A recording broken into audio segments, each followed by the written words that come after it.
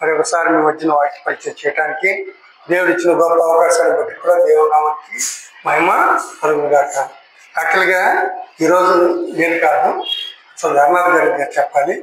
ఆయన ఊరెళ్ళి ఒకవేళ రాకపోవచ్చు అన్నారు చెప్పి మరి చేసేటప్పటికి నేను ప్రిపేర్ అవ్వడం జరిగింది.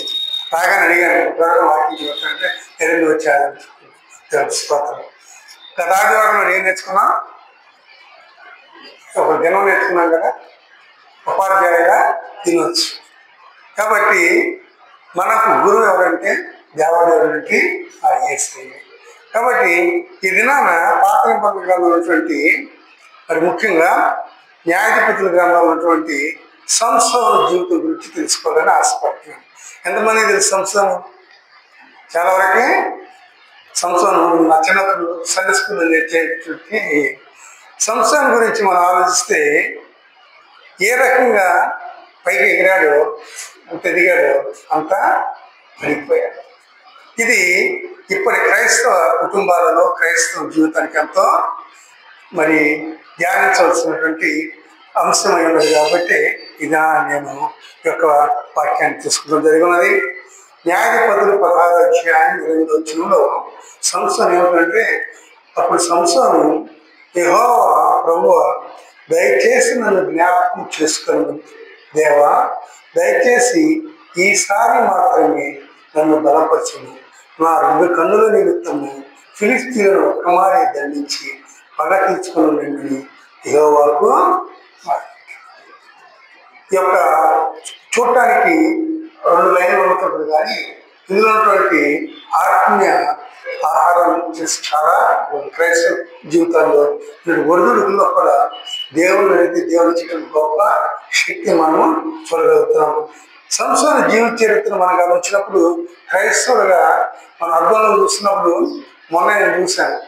మొన్న అర్థం చూసుకుంటే ఆయన చాలా వయసు పెద్దలు అయిపోతుందని నా ముఖం నాకే కనపడుతుంది. అలాగే దేవుని యొక్క వాక్యం అనేటువంటి అర్థంలో మనం చూసుకున్నప్పుడు మన ఆత్మీయ జీవితాలలో ఎంతో ప్రస్ఫుటంగా తెలియబడుతున్న విషయాన్ని మనం గమనించాలి. సంసోను జీవితం మనం గమనిస్తే మరి ఇది గొప్ప అభిషేకించబడిన వ్యక్తి, తల్లి గర్భంలోనే దేవుని చేత ఏర్పాటు చేసుకున్న వ్యక్తి. ఇలాంటి గొప్ప వ్యక్తి మరి దేవుడు ఫిలిష్తీయుల నుంచి ఇజ్రాయేలును విడిపించడానికి ఏర్పాటు చేసుకొని ఉంటే, అలాంటి వ్యక్తి ఏ రకంగా పదమైపోతే అది ధేయత. నేటి క్రైస్తవ కుటుంబాలు క్రైస్తవ జీవితాన్ని మనం గమనించినప్పుడు దేవుని మాటలు ఏందో లక్ష్యం ఉంచక నడత్రోవన పోతున్నారు. అది 119వ కీర్తన చదివి నీ వాక్యమే నన్ను సర్దిద్దన్నాడు. అంటే మన జీవితాల్లో మనకు వచ్చే ఒడిదుడుకులు, వ్యామోహం, ఆశ ఎన్నిటి కూడా వాక్యాన్ని చెప్తున్నప్పుడు అదే మనకి నెమ్మది ఇచ్చి లోపల ముందుకి తీసుకుని వెళ్తుంది. పాప పశ్చాత్తాపం పొందినంత మంచి ఇంకేది విమర్శన తర్వాత తప్పులు చేస్తాం. ఎవరి కాలంలో త్రొట్టులుతాం, బాలులు సొమ్మసిలుతారు, ఎవరు త్రొట్టులుతారు. కానీ దేవుని వాక్యంలో ముందుకు సాగుతున్నప్పుడు వారు ఆ దేవుని ఆత్మతో ముందుకి నడిపించబడుతున్నటువంటి విషయాన్ని మనం గుర్తించుకోవాలి. అయితే ఇజ్రాయేల్ జీవితాన్ని మనం గమనిస్తే చాలాసార్లు ఆశ్చర్యం ఉంటుంది. వాళ్ళు చేసినటువంటి పాప ఫలితాన్ని బట్టి దేవుడు ఏం చేశాడు? ఫిలిష్తీయుల చేతిలో 40 సంవత్సరాలు మరి బానిసలుగా అప్పగించాడు. అంటే దేవుడు ఎంత గొప్ప దేవుడు, ఎంత ప్రేమమయుడో, అదే సమయంలో తన మాటకు ఉల్లంఘించి తన ఆజ్ఞకు వ్యతిరేకంగా చేస్తే ఏమాత్రమో వదిలిపెట్టే దేవుడు కాదు. శిక్షే, మాటకు మాట తప్పని దేవుడు మన దేవుడు. ఎప్పుడైతే ఇజ్రాయేల్ ఏర్పాటు చేసుకున్నా చాలాసార్లు ఆశ్చర్య, ఇజ్రాయేల్ పిలిచిన జనాంగం, ఏర్పాటు చేసుకున్న జనాంగం, కానీ ఆయనకి అవిధేయతకు ఎప్పుడైతే ఉన్నారో మరి ఏం చేశాడు? 40 సంవత్సరాలు మరి ఈ యొక్క బానిసత్వానికి ఇస్తూ కూడా అప్పగించి కూడా ఫిలిష్తీయులకి అక్కడ కూడా ఆయన ప్రేమనైనా చాటుతూ. అంటే క్రైస్తవ జీవితంలో అనేక ఒడిదుడుకులు రావచ్చు, ఇబ్బందులు రావచ్చు. అనేక సార్లు నా దేవుడు నన్ను గమనించట్లేదేమో, నన్ను చూడట్లేదేమో, నాతో మాట్లాడలేదు అని అనుకోవచ్చాం. కానీ ఆయన విడిచిపెట్టేటువంటి దేవుడు కాదు. ఇక్కడ సంవత్సరాన్ని పుట్టుక మనం గమనించినప్పుడు అతని మరి జీవితాన్ని మనం గమనిస్తే మరి న్యాయాధిపతులు 13వ అధ్యాయం చక్కగా లిఖించబడింది. జోర్యా పట్టణస్థులైనటువంటి మానోహ అనే అతని భార్య గొడ్రాలు కానుపు లేక ఉండను. అంటే ఇక్కడ స్పష్టంగా చెప్పి గొడ్రాలు కానుపు లేకుండా ఉందంటే గొడ్రాలు పిల్లలు కన్ననే కదా, పిల్లలు కన్నదానే కదా గొడ్రాలతో. కాబట్టి గొడ్రాలు ఇక పిల్లలకైనా అవకాశం లేదు అనుకుంటే ఆ సమయంలో దేవతలు వచ్చి ఉంటుంది, నీ గర్భమున కుమారుడు పుడతాడు. ఆ కుమారుడు పుడుతున్నాడు కాబట్టి నువ్వేం చేయాలి? మద్యపానం కానీ ద్రాక్షారసం కానీ అనేక చెరువులు కానీ మరి నిషిద్ధమైన ఆహారం కానీ తీసుకోకూడదు అని అంత స్పష్టంగా చెబుతూ ఇంకో మాట కూడా ఏం చెప్తుందంటే ఆ బిడ్డ యొక్క తల వెనుకలు తీయ రాదు. అతను ఇశ్రాయేలీయులను ఫిలిష్తీయుల చేతుల నుంచి విడిపించుటకు దేవుడు ఈ భూమి మీదకి పుట్టించబోతున్నాడు అని చెప్పినప్పుడు ఆమె ఎంత మంచిదంటే వీళ్ళు ఎండి తీసుకుని వాళ్ళ భర్త దగ్గరికి ఇంటికి చదవండి. స్పష్టమైందంటే ఎవరో వెలుగుతో నిండినటువంటి ఒక యాజకుడు వచ్చాడు, నాకు చెప్పినప్పుడు ఆ భర్త కూడా ఏమంటాడు, ప్రభువా నీ చెప్పినట్టు మరోసారి పంపించు, మేము ఏ రకంగా పెంచాలో మాకు.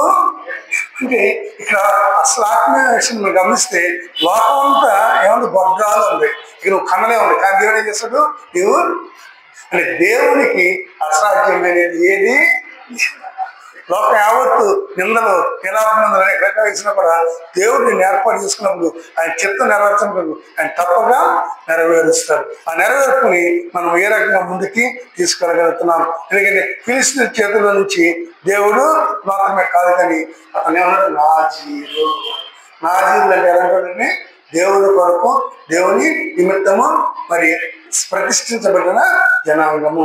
వారి వివాహాలు కానీ విలాప సమయం కానీ దేవుడు చెప్పి పని చేస్తూ ముందుకి వెళుతూ దేవుని బిడ్డల మార్గంలో నడిపించేటువంటి వ్యక్తులు. అటువంటి నాజీరుగా చేయబడినటువంటి ఈ సంసోను మరి ఫిలిష్తీయుల చేతుల నుంచి రక్షించడానికి ఇచ్చేస్తే మరి ఇక్కడ మనం గమనిస్తే చాలా వరకు మనం ఏమనుకుంటామంటే నన్ను దేవుడు ఏర్పాటు చేసుకుంటే చాలాసార్లు అనేకసార్లు దేవుడు నన్ను ఏర్పాటు చేసుకున్నాను. కానీ ఇర్మియా గ్రంథము 1వ అధ్యాయం ఆలోచిస్తే గర్భములో నేను నిన్ను రూపింపక మునిపి నేను నిన్ను ప్రతిష్ఠించి తిని, అంటే నీ తల్లి గర్భంలో అలా తల్లి గర్భంలో నీవు పుట్టాలని ఆయన రూపింపక నియమించుకోవడానికి ముందే నిన్ను ఏం చేశాడైనా ప్రతిష్ఠించాడు. ఎందుకు జనములకు ప్రవక్తగా నిన్ను నియమించి తిని.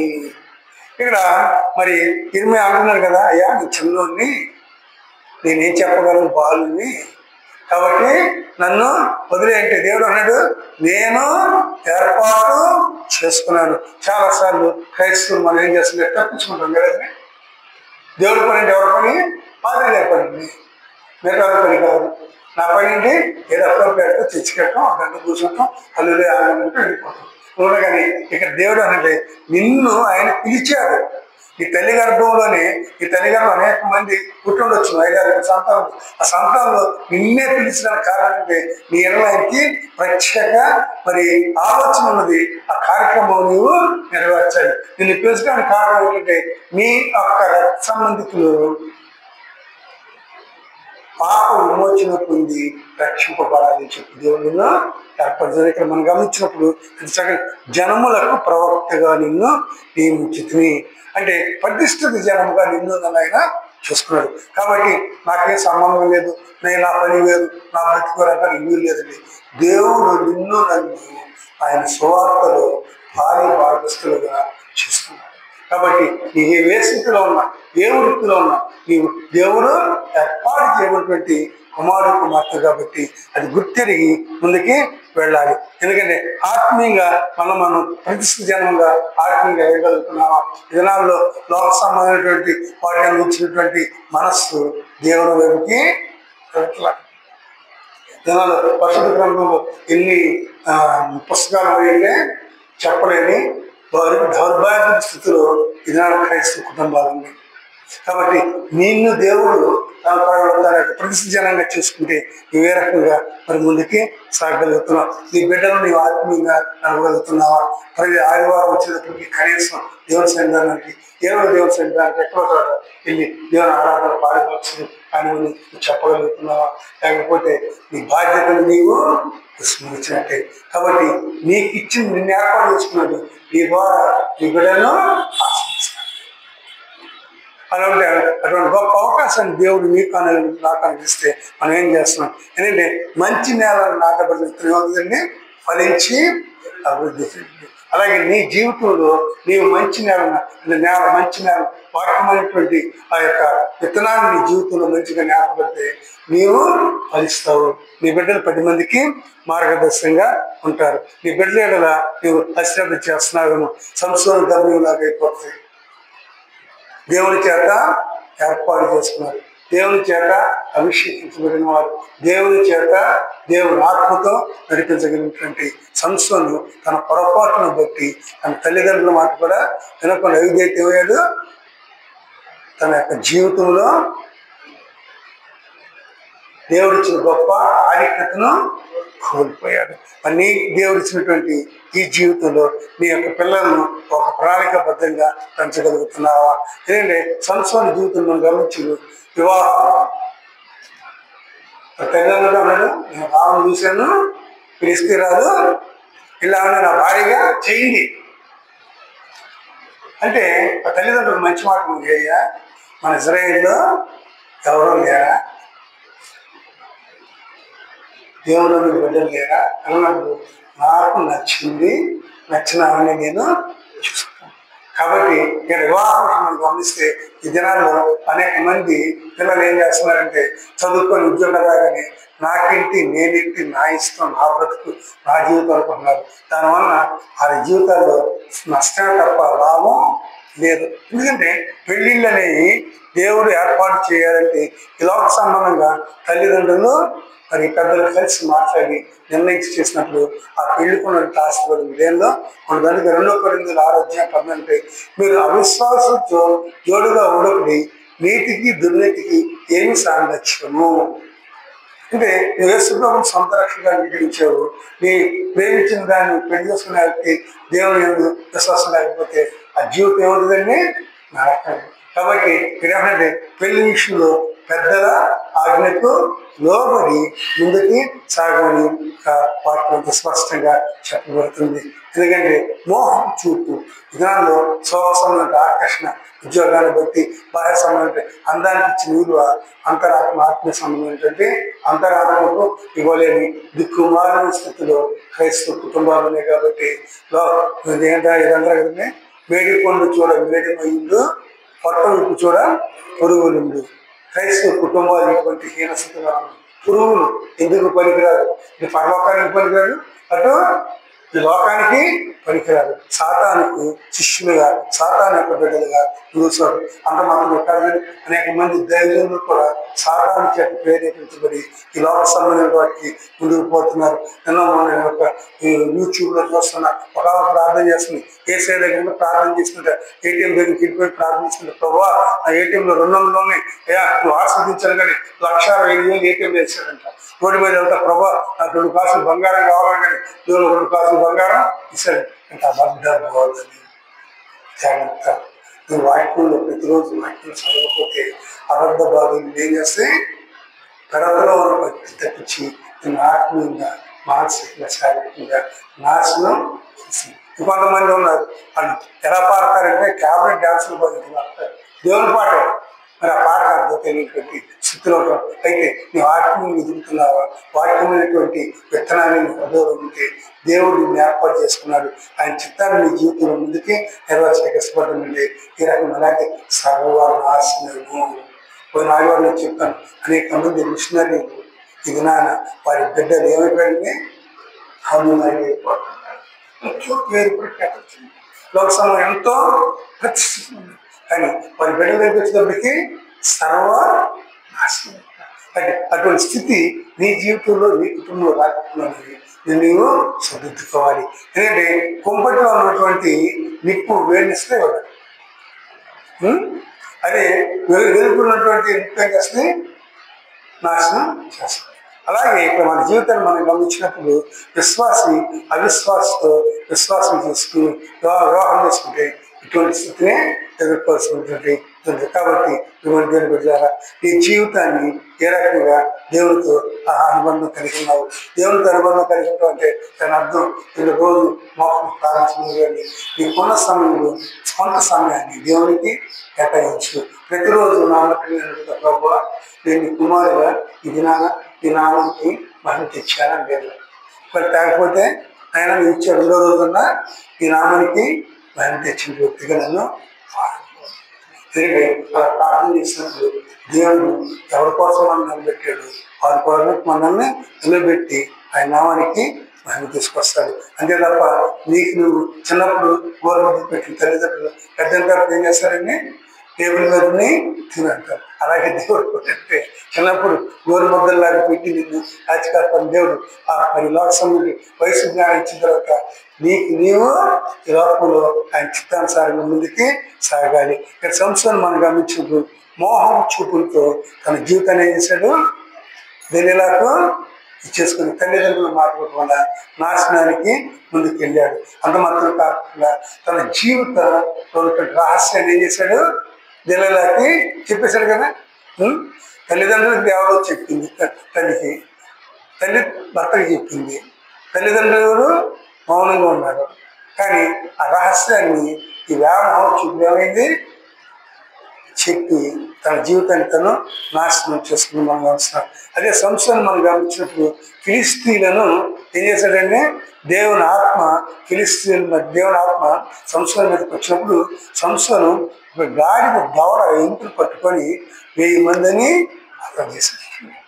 ఎంత సాధ్యమా? అది సాధ్యం. దేవుని యొక్క ఆత్మ సంస్థంలో ఉంది కాబట్టి అది చేయగలిగాడు. 20 సంవత్సరాలు న్యాయాధిపతిగా మరి ఈ యొక్క ఇజ్రాయేలీలకు పరిపాలించినటువంటి వ్యక్తి. మరి అనేక పొరపాటు పొరపాటును కూడా దేవుడు తన శక్తిని నీకు ఇస్తాడు. ఎందుకంటే ఆయన బలహీనుడు కాదు, కానీ నిన్ను నీవు సర్దిద్దుకుంటావని. అందుకని వంకర త్రోవలు పోవాతో కూడా నా ఆత్మ ఉంటుందనడానికి అర్థం ఏంటంటే నువ్వు పొరపాటు చేస్తున్నప్పుడు కూడా ఆయన ప్రేమ నిన్ను కాపాడటానికి ప్రయత్నం చేస్తుంది. అయితే పాప ప్రాయశ్చిత్తం పొందిన వాడికి ఆశీర్వాదాలు కారణంగా ఉంటారు. జీవితంలో విజయాలు అపజయాలు సహజం, కానీ అపజయాల్లో కూడా నీకు వెన్నంటూ ఉంది నీకు విజయాన్ని ఇచ్చేటువంటి దేవదేవుని ఏ రకంగా ఉన్నావు? సంస్థలు మనం గమనించినప్పుడు అది ఎప్పుడైతే చెప్పాడో తన యొక్క శక్తి అంతా తన ఇంటిలో అనగానే అది ఏం చేసింది? మంచిగా పనబెట్టి నున్నగా గుండు గీసింది కదా. గీసినప్పుడు మరి ఆఖరి శక్తిహీనులుగా ఉంటే ఇక ఫిలిస్తీన్లందరికి సంతోషం, ఇంతమందిని చంపాడు, అతను మామూలుగా అయితే పట్టుకోలేము ఇప్పుడు అని చెప్పి ఏం చేశారు? కళ్ళను ముందు ఒక గాడిద దవడ ఎముకను పట్టుకొని 1000 మందిని చంపినటువంటి మహాజ్యుడు ఇదనలేదు. కళ్ళు పీకివేయబడి ఇదిగా ఉండి ఫిలిస్తీన్ల దేవత బాబులోనికి మహాబలి ఇవ్వటానికి సిద్ధపడినప్పుడు చేసినటువంటి ప్రార్థన దేని బిడ్డ నిజమే. ఇది ఎంత గొప్ప ప్రార్థన అంటే ఆయన యెహోవా ప్రభువా దయచేసి నన్ను ఇంత మంచి ప్రార్థన చేశాడు. అంటే ఆఖరి క్షణం కూడా దేవుడు మనకి ఏం చేస్తాడు?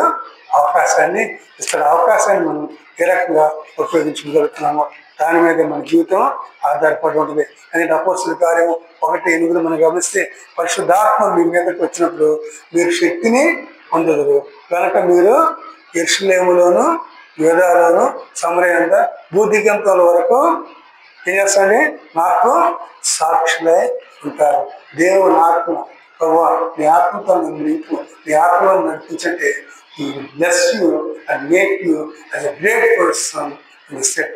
మరి బొగ్గులు ఏరుకునేటువంటి ఇలా రానప్పుడు బోయింగ్ విమానం పనికంత ఇచ్చాడా లేదా? బొగ్గులు ఏరుకుంటామేంటి, బోయింగ్ విమానం కొంటే అంటే దేవుని ఆశీర్వాదం. అయితే అర్థమైపోయినప్పుడు దేవుడు ఏమాత్రము రిలయన్స్లేకపోతే ఆయన ఏమాత్రము పట్టించుకోడు. అంటే సంస్థను మోహం చుట్టులో పడిపోయి తన శక్తిని తన ఏర్పాటుని తన గర్భంలో ఎందుకు ఏర్పాటుకున్నది మర్చిపోయాడు. నీ జీవితంలో ఏ రకంగా విశ్వాసం ఏ రకంగా వెళ్తూ రావాలంటే సాతాను అనేక రకాలుగా పరుగులు పెడితే కానీ దేవుని యొక్క వాక్యం ముందుకి సాగినప్పుడు మాత్రమే ఇది అవుతుంది. ఎందుకంటే సంసారం ఒకప్పుడు పర్వతంలో సింహం లాంటివాడు, కానీ సర్కస్లో సినిమాలు ఉంటాయి కదండి, చిన్నపిల్లలు కూడా దాన్ని ఏం చేస్తారు, అరిస్తారు. ఇదా సంసార పరిస్థితి అయింది. ఆ గుడిలో పెట్టినప్పుడు సంసోను మరి ప్రార్థన చేస్తున్నాడు. ప్రార్థన చేస్తున్నట్టే ఒక్కసారి అడిగాడు, చక్కగా అడిగాడంటే, దేవా ఒక్కసారి నాకు మరి అంటే సంసోను ఆ తల మరి ఇంటిలో పెరుగుతూ శక్తిని అడిగాడంట. వాళ్ళు ఇదో ఈ యొక్క దేవాలయానికి మంచి సరైనటువంటి 2 స్తంభాలు, ఆధారానికి స్తంభాలు చూపించే మనుషులు వారు చెప్పగానే గుడ్డోడు కదా ఏం చేస్తాడు అనుకుని తన హస్తాలను ఆ 2 స్తంభాలను పెట్టించడం ద్వారా ప్రమాదాన్ని 3,000 మంది ప్రజలను తను చచ్చిపోయినా కూడా తనతో పాటు చేసిన తప్పు కానీ రియలైజేషన్. దేవుడు ఆఖరి క్షణం వరకు కూడా నీకు అవకాశం ఇస్తాడు. అవకాశం ఇచ్చేది చనిపోయి డాక్టర్ గారు ఆకర్షణలు ఉంటాడు, కానీ ఆకర్షణలకు దేవుడే అసలు మనకి అవకాశాన్ని ఇస్తాడు. మారు మనసు పొందమని మొదటి అవకాశం ప్రతి కూడా జీవితం మనసు మన పాపమును మనం ఒప్పుకొని ఆయన నమ్మదగిన వాడు. అంత మాత్రం కాదు, నీతి మంత్రులు కనుక ఆయన మన పాపమును క్షమించి సమస్త దుర్నీతి నుండి మనలను పవిత్రులుగా చేస్తాడు. ఎటువంటి స్థితి జీవితంలో తప్పు చేయమని నేను అట్లా ప్రతి ఒక్కరు తప్పు చేయకపోతే మన పరిస్థితులు కాదండి. మన పరిస్థితులు నేతరాశ జీవనం ఏదో ఒక వ్యామోహానికి జీవితాస్తే కానీ మనము ఒప్పుకోవాలి. ఆ ప్రాయచిత్తం కొన్ని మారుస్తున్నప్పుడు దేవుడు సమస్త దుర్నించి తీసేసి ఆయన తప్పులో మనలో ఆస్వాదించగలిగితే నీ జీవితాన్ని సంవత్సరం పతనం అయిపోయి తన జీవితాన్ని నాశనం చేసుకుని కూడా ఆత్మ ఏం చేశాడు, తనను గుర్తిరిగాడు. చనిపోయేటప్పటికైనా దేవుని బిడ్డగా నన్ను నేను నిరూపించుకోవాలి, నాకు ఇచ్చిన బాధ్యత నేను నెరవేర్చాలనుకున్నాడు. తనకి దేవుడి శక్తిని అనుగ్రహించాడు. అలాగే మన జీవితాల్లో కూడా మనం ఏ రాస్తున్నాము, దేవుడు మీ తల్లి గర్భం అంతా ఏర్పాటు చేసుకున్నాను అంటున్నాడు. మీ తల్లి ఏర్పాటు చేసుకోవాలి. చాలా మంది బలి సాక్షి చెప్తారు. నేను బయటకు ట్రైన్కి వెళ్ళినప్పుడు మా అమ్మగారు చదువుతున్నప్పుడు దేవుని ఆత్మ వచ్చిందంటండి, దేవుని ఆత్మ చెప్పిందంట, అందుకే నన్ను దేవునికి సమర్పించారంట. ఎన్ని గుర్తి మాటలు, దరిద్ర మాట మాట్లాడద్దు. ఎందుకంటే నీ తల్లి గర్భం నుంచి నిన్ను ఏర్పాటు చేసుకున్నవాడు దేవుడు. ఆ దేవుడు కూడా ప్రాణానికి నీ ఎడలో ఉంది కాబట్టి నీకు ఇచ్చిన వృత్తిలో ఆయన నామహిమాత్రం ఏ రకంగా చేసుకోగలుగుతున్నావు. అంటే వచ్చే వాళ్ళందరికీ యేసు ప్రభుత్వము పాపాకి యేసు ప్రభుత్వము నువ్వు పర్వతం పాపం చెప్పడం చెప్పలేదు. నీ జీవితమే 10 మందికి సజీవ సాక్షి. అంటే నీ మాట్లాడే నీ జీవితంగా నువ్వు ఏ రకంగా మాట్లాడుతున్నావు, ఏ రకంగా వారి కలిగి నీ మనసు ఉన్నది, వీటిని బట్టి నేను యేసు ప్రభుని చూసేటువంటి అవకాశాన్ని ఎవరు పెంచాలి. అటువంటి అవకాశం అనేక సార్లు నాకు దక్కింది. ఇప్పుడు కూడా అనేక మంది క్రైస్తవులు అక్కడలో నాకు తెలిసించారు, అక్కడ ఇబ్బంది ఉంటే అక్కడ ఫోన్ చేశారు, సార్ మీ దేవుడికి ప్రార్థించారు సార్, మీ దేవుడికి అన్నప్పుడు నేను నవ్వుకుంటాను. ఎందుకంటే మీ దేవుడు నా దేవుడు కాదయ్యా, మన దేవుడు. కానీ నేను తప్పకుండా ప్రార్థన చేస్తాను. అంతేగాని పాదాలు చేయండి. అక్కడ నేను గమనించిందంటే నా దేవుడే అయి ఉండొచ్చు, కానీ నా దేవుడికి ప్రార్థన చేస్తే ఆ దేవుడు యొక్క బిడ్డలో నా దేవుడు మా దేవుడు ఆలకించి స్వస్థ విశ్వాసం. కాబట్టి వాళ్ళు ప్రార్థన చేయగానే చేసుకున్నాం కాదు.